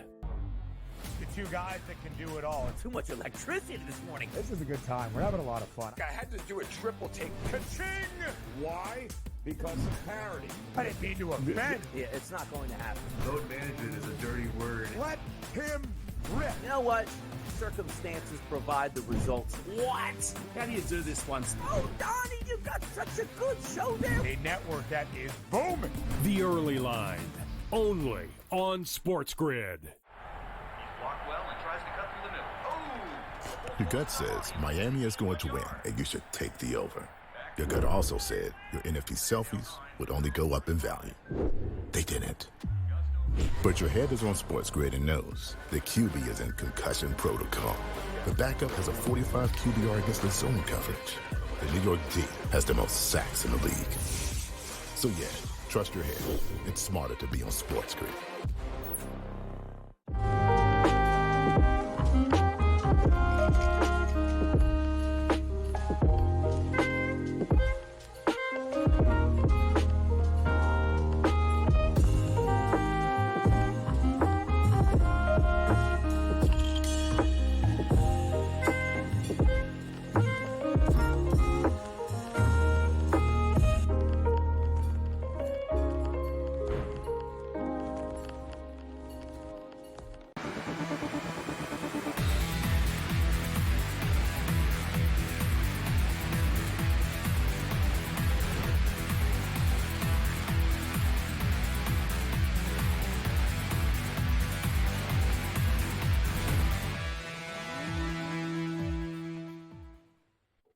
We have Colby Dant here with us, talking all things college football right now. We'll keep you posted on the NFL as well. This Cardinals-Rams game is scoreless in the opening quarter. Colby, we were just talking about this Independence Bowl game coming up, as Brady said, in less than an hour between Army and Louisiana Tech. And I'm with you guys. I believe Army is going to win the game, but you know, we're looking at a spread that is even over the course of the day ballooned. Like I bet it earlier today, Army minus 14. I am now looking at Army minus 15.5. I'm wondering, and you can make it specific to this game. You can look at it on the whole, however you want to approach the question. But how often do you move a line before a game to get to or, you know, at or within a key number, or even, you know, maybe wait pregame and get it into the game and get to the number that you want and then decide to invest versus something, you know, there are a lot of people that probably wouldn't be all that comfortable with, like 15.5 is a weird number to want to invest in Army, not unlike, you know, 17.5 or 18.5 for Syracuse, like we were talking about. And we saw what happened with that one. You know, if you got Army at 14, maybe even 14.5, fine, obviously. But, you know, let's say it was still sitting at 14.5. Would you have any interest in pulling it to 14 just to have, you know, sit right on that 2 touchdown, or, you know, again, wait into the game, make a decision from there? I feel like most times I would probably not, but in the case of this specific game, knowing that Army bleeds a clock like probably no other team in college football, maybe besides Navy or Air Force, maybe that, I think if there was ever a case for that, it would make a lot of sense, because I just don't like, anytime you get the service academies laying double digits, for the most part, it's a slippery slope to me, because they can take away, you know, I think Army earlier this year went on like a 16-minute drive. So, I mean, it's like if you after that drive, you're like sitting there thinking, wait, how many possessions are even going to be in this game? So in that regard, I do think maybe you can make a case for I probably would like to do that. I didn't do that, but I mean, it makes sense for me to do that.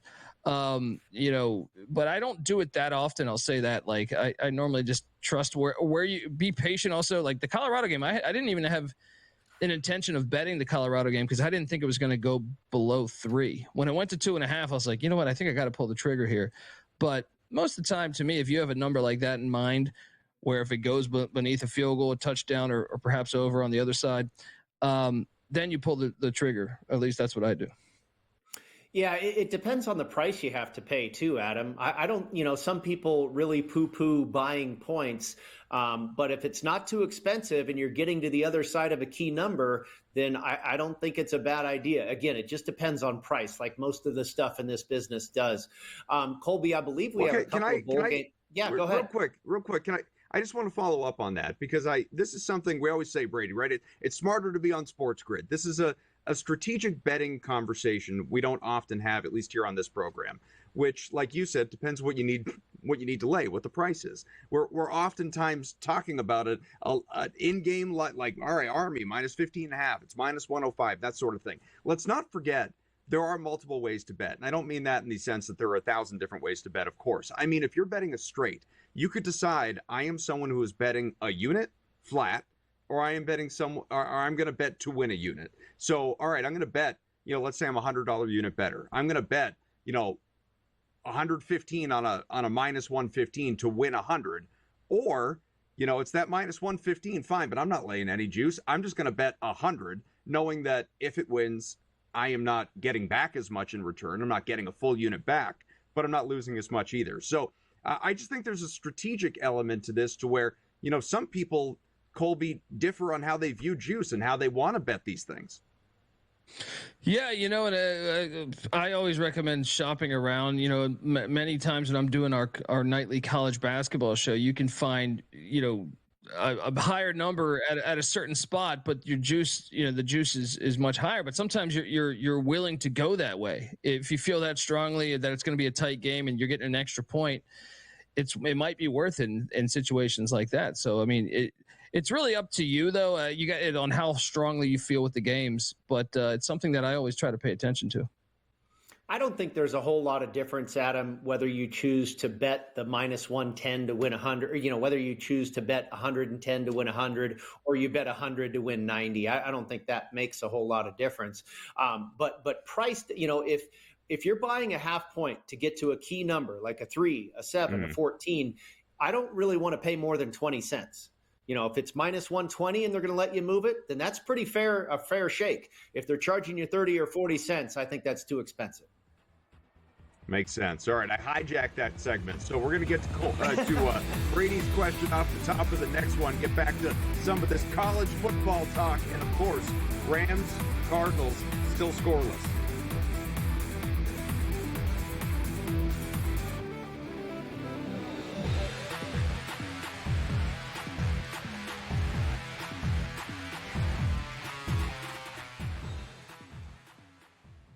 In the heart of winter, when nights grow long, we come together under these lights. A team, united by purpose. Fans, bound by passion.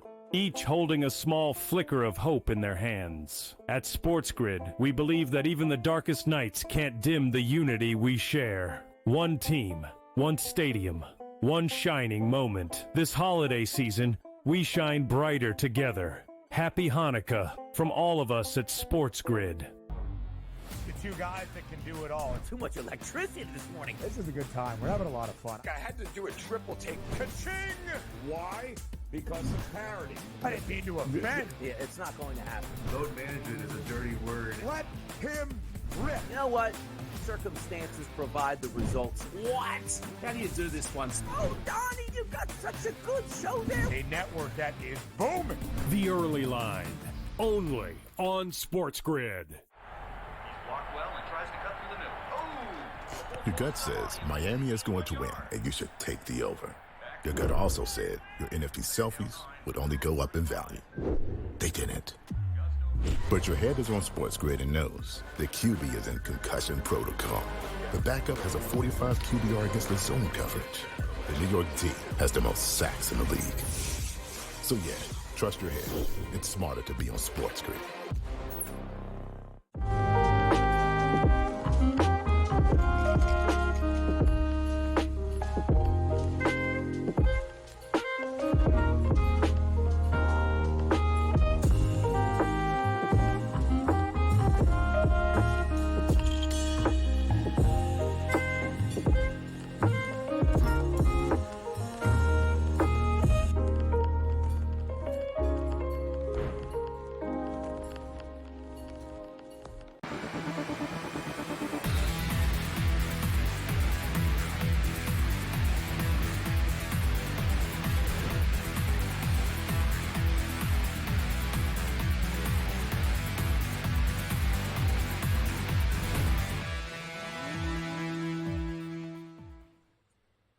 All right, we got Colby here again. Rams Cardinals, they are scoreless. Arizona with the ball. It's midway through the opening quarter. But Brady, I cut you off toward the end of that last segment as you were about to take us to one of these games in progress here. Go ahead.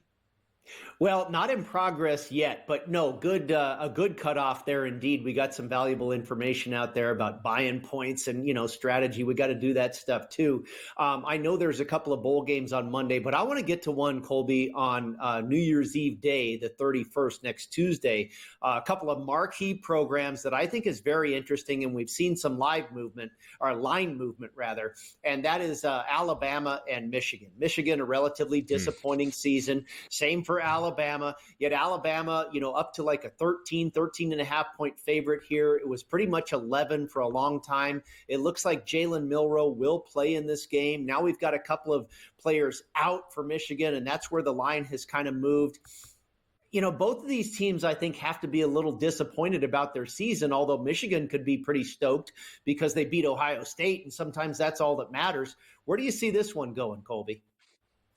Yeah, the one thing that jumped out to me here that I think I'm going to trust the most is the under on 43.5. But as far as a side on this game, I went with Michigan just with that many points. If I just don't know how much offensive success, even though Michigan's got key guys out. Alabama's lost a lot of guys in the portal too. I know I'm not sure if you heard their athletic director campaigning for more money because this new NIL era, I think they're not at the top of the SEC as far as that. So you've had guys leaving, some that play substantial moments. Snaps. So it's a revenge spot. So I think if you're Alabama, if you're, Jalen Milroe, you're saying, yes, let's go. But that's a big number for an Alabama team that I just don't think was that good this year. To be honest, I think Alabama has been living off of their rep. Oklahoma lost yesterday to Navy. Now I know you could say, well, Oklahoma had guys out. Navy doesn't do athletic scholarships, so I don't care if you're on your backups or third stringers. These are guys that were big time recruits at Oklahoma, and you're taking on a team that does not do athletic scholarships. So I just think it's too many points for a team that has been playing a lot better in the second half of the season. And their defense is good regardless. You go back to even the Oregon games, their defense is good and they've kept them in games. And I do think the offense is a little bit better, even though I know they got guys out there too. But give me the points. But I think the best play you can do here is the under 43.5, because I don't think Alabama's going to have a ton of success passing the ball against Michigan. But I do think the big play, eventually the dam will probably break. They'll find Ryan Williams or Milroe will break one. But I just think this is going to be a defensive struggle. So I like the under 43.5 is probably the best play. Colby, first round of the college football playoff sucked. I mean, at least for the consumer, it was awful. It couldn't have been something the committee was happy with. That being said, after a little hiatus, we're going to be starting the quarterfinal round down to 8 teams coming up in just a few days. Tuesday and Wednesday are these games. These first couple of games may indicate more of the same. Big spreads. We got Penn State 11.5 points favorites against Boise State on Tuesday night. Wednesday afternoon, you have Texas laying 12.5 against Arizona State. Then you have a couple of virtual pick'ems, both inside a field goal. Oregon, a 2.5 point dog against Ohio State, and Notre Dame is getting 1.5 against Georgia, despite the quarterback concerns there for the Bulldogs, who have won 2 out of the last 3 national championships. It is Texas sitting atop the board as the national championship favorite right now, not Oregon. Oregon has slipped to 3, actually. And again, like I said, a dog here in this game. Across these 4 games, what's your favorite? My favorite play would it's probably Texas against Arizona State there.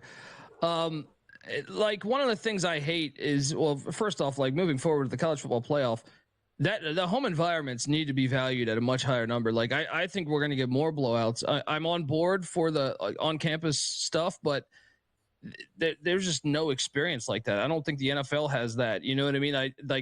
Did you see those environments rocking? I just don't think that's going to be, you're going to have to really stretch this thing out, I think, to get more teams in for it to pay off. But, Arizona State's red hot. they were red hot. But this is one of the things where I think the bye week hurts them. When I say the bye week, 20 days, I feel like. And to me, when you're that hot, you've seen this historically in college football with teams that get that hot. Once that bowl game happens and that big of a break, you come back home, you're starting to read all the clippings. You're in Tempe, Arizona, which you haven't been. I'm sure the cocktails are flowing. So to me, that they also lost Jordan Tyson, their receiver for the season with a broken collarbone in that matchup against Arizona. That didn't really hurt them against Iowa State, but I think against a Texas team that is so good on the line of scrimmage, I think they're the best offensive line in college football. And as much as I grew up hating Texas, I don't want to see them win. I want Arizona State to win this thing, but I just think it's a bad matchup. I think when I break this down, I'm like, ooh, their offensive line against a defensive line that I think has played better and beyond what I thought they could, but I just think it's a bad matchup there. And then that big of a layoff there. You see it often in the NFL playoffs where the team that gets the bye week, it actually hurts them a little bit. So I think Texas is probably the play that I think is the to me the one that jumps out to me. And the other would be I like Boise in the points. Yeah, the rest versus rust. We kind of see that in all sports, and oftentimes the rest is not beneficial. It turns more into rust.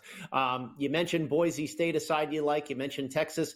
I'm curious your thoughts on Oregon and Ohio State in the Rose Bowl down in Pasadena. I think general consensus opinion is the offenses are about equal, give a slight edge to Oregon.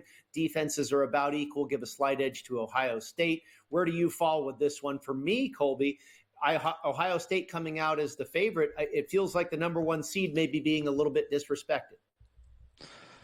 I have an Oregon future, but I think it's a bad spot for them. You got Ohio State seems to be kind of like you saw with Michigan a couple years ago, I feel like, or last season when they were able to get that Ohio State win against them. To me, they battled the adversity. Like they lost that game against Michigan. And the way that they came out and looked against Tennessee, I think they're kind of playing with house money here, being the fact that they had to play their way in. They didn't even make an appearance in the Big Ten championship game. And then Oregon, psychologically, you did hoist a trophy. You won the Big Ten championship, and it actually hurt you for doing that. And now you got to go to a place, the Rose Bowl, where the crowd will be 50-50, if not 60-40. There's a chance this thing's 60-40, in my opinion, with Ohio State. And to me, Chip Kelly, very familiar with that stadium. I like for Ohio State the fact that it's on grass. Oregon is so good, so fast on turf. So I think that benefits Ohio State there. And once again, you go back and watch that game in Autzen. Ohio State was in position to win that thing. A couple bonehead plays here or there. Now you remove it from Autzen. You put you got it on the grass there. I think Ohio State will win the game, and I like laying the 2.5. Unfortunately, I have a future, and I just thought, man, when the bracket was announced, I was just like, oh, you're kidding me. So Buckeyes roll, I think.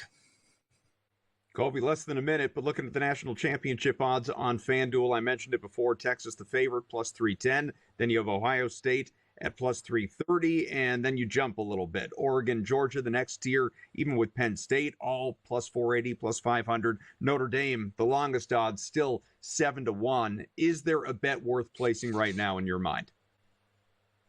Yeah, I mean, the left side of the bracket, I think if you're a Penn State fan or if you believe Georgia with the backup quarterback and Kirby Smart that much prep, or perhaps you're an Irish fan, like that side of the bracket to me, there's value in that. Penn State's a double-digit favorite against Boise. Now, I like Boise in the points just because I don't think Penn State's that much better than them. But I think there's a lot of value on that side there. So Penn State would be the play. Texas getting Scotty Scheffler numbers here, Brady. Colby Dan, Sports Gambling Podcast Network. He's on Twitter at @TheColbyD. Colby, thanks so much, man. And hey, let him talk to you before. Happy New Year. Thank you.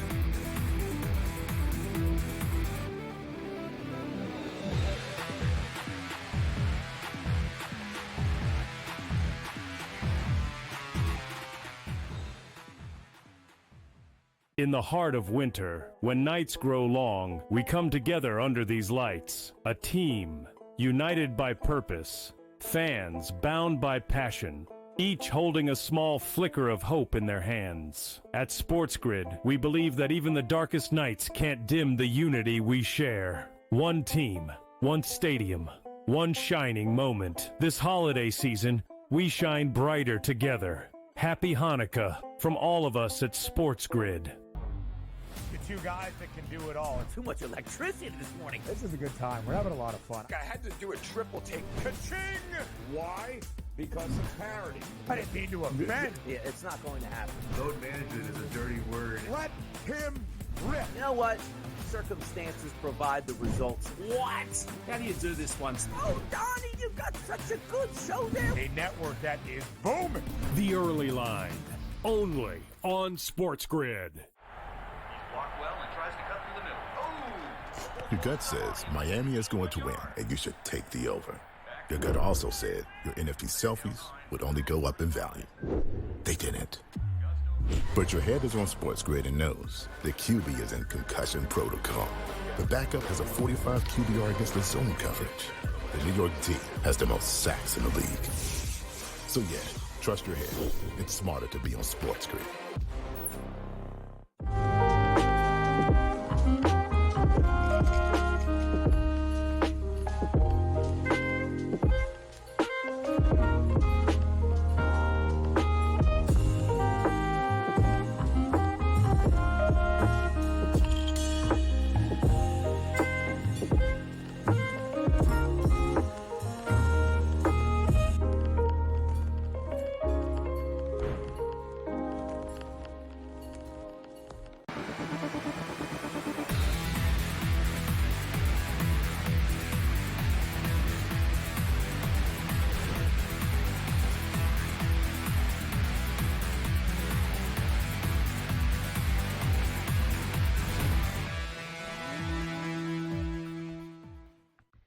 Our thanks to Colby Dant, Sports Gambling Podcast Network. Always great college football and any other insights with him, as a matter of fact. I mean, soon enough, we'll be bugging him about college basketball and around the corner, college baseball. If it's college, the man is out there betting on it, and he is not limited to the amateur ranks either. So always fun to have Colby on with us. We will have Steve Merrill from Wager Talk on top of the hour as well. We've got you for another 3+ hours here on In-Game Live College Football Game Day. Brady Cannon and Adam Kaufman with you. If you're watching across SportsGrid TV or listening on SportsGrid Radio, Sirius XM Channel 159, we greatly appreciate you. Now, Brady, a minute left in the opening quarter between the Cardinals and the Rams. Arizona has the ball right now, and I got to say, I'm a little bit surprised by how this game has gone so far. I'm not necessarily, indicating that I believe the over was going to hit, that we just get boatloads of points or what have you, but I certainly did believe that we wouldn't go the opening quarter with no points, which is how things are trending at this moment. I thought somebody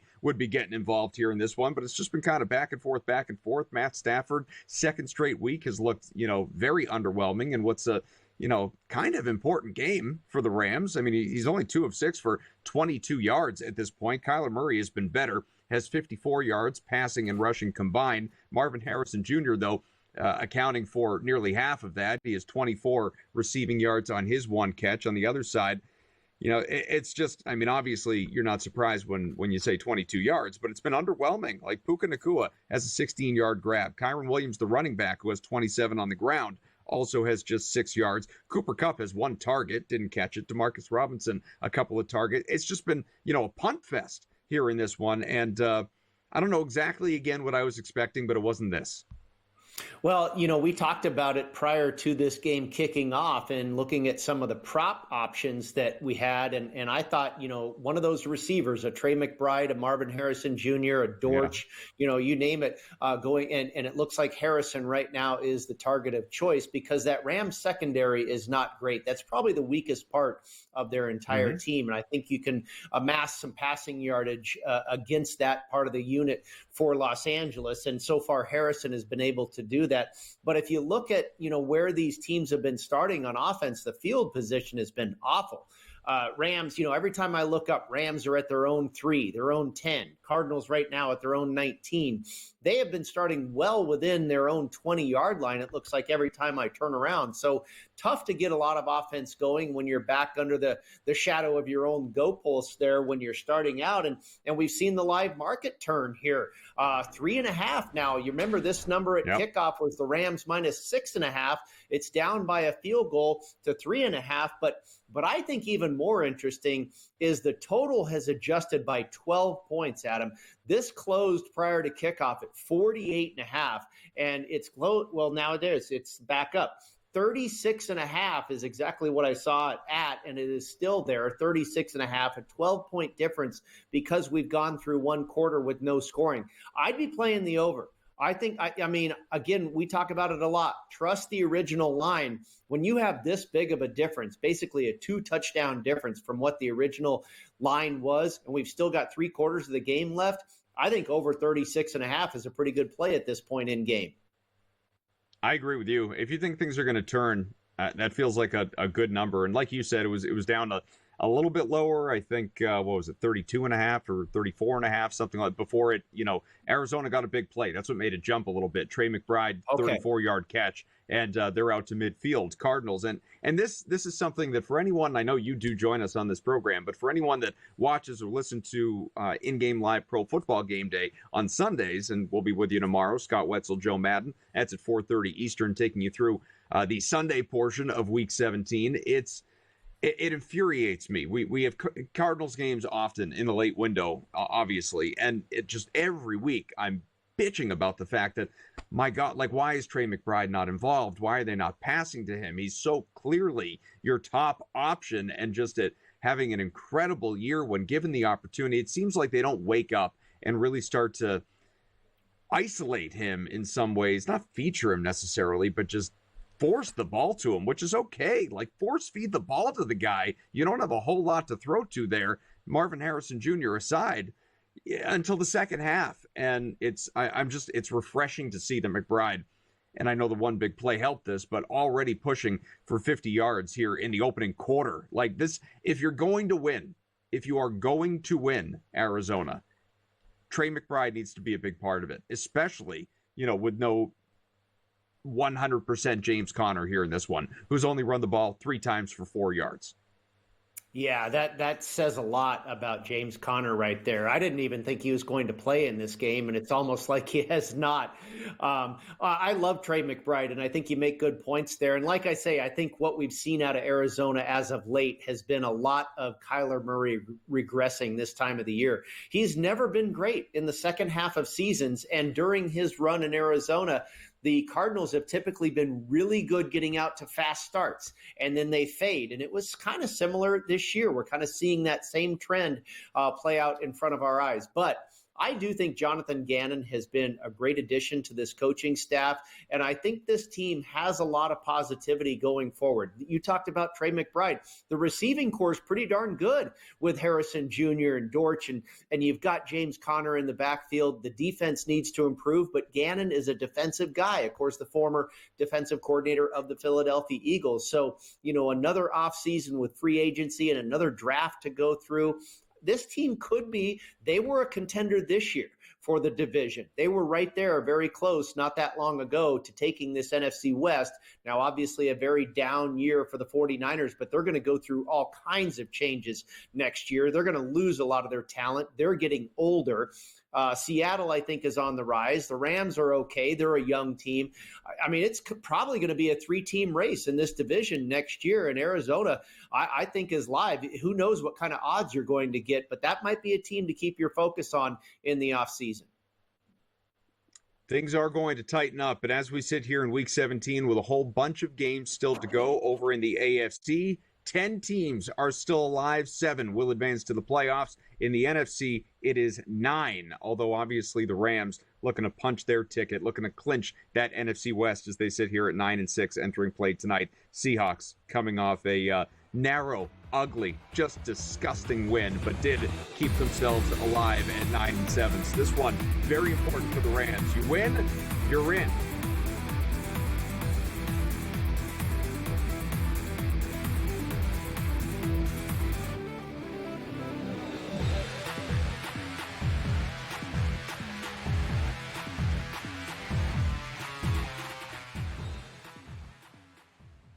In the heart of winter, when nights grow long, we come together under these lights. A team, united by purpose. Fans bound by passion.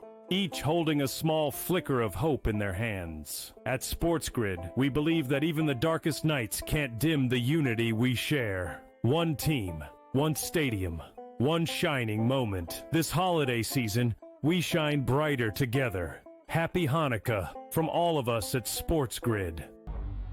The two guys that can do it all. Too much electricity this morning. This is a good time. We're having a lot of fun. I had to do a triple take. Ka-ching! Why? Because of parity. I didn't mean to offend. Yeah, it's not going to happen. Load management is a dirty word. Let him rip. You know what? Circumstances provide the results. What? How do you do this one? Oh, Donnie, you've got such a good show there. A network that is booming. The Early Line, only on SportsGrid. Blocked well and tries to cut through the middle. Oh! Your gut says Miami is going to win, and you should take the over. Your gut also said your NFT selfies would only go up in value. They didn't. But your head is on SportsGrid and knows the QB is in concussion protocol. The backup has a 45 QBR against the zone coverage. The New York D has the most sacks in the league. So yeah, trust your head. It's smarter to be on SportsGrid.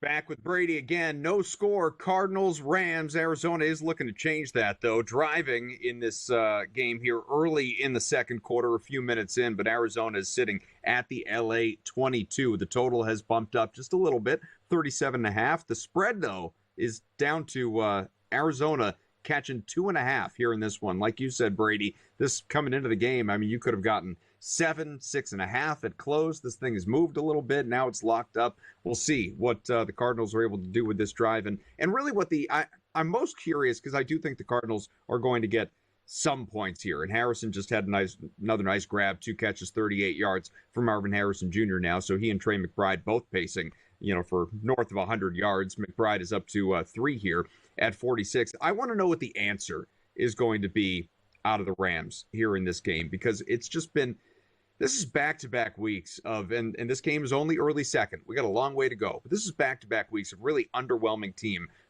play from a team that, had, and it did win last week, I realized, but that was largely the defense, not the offense. This is back-to-back weeks of underwhelming play for this LA team that, wants to ride into the playoffs on a hot streak, provided it does get there.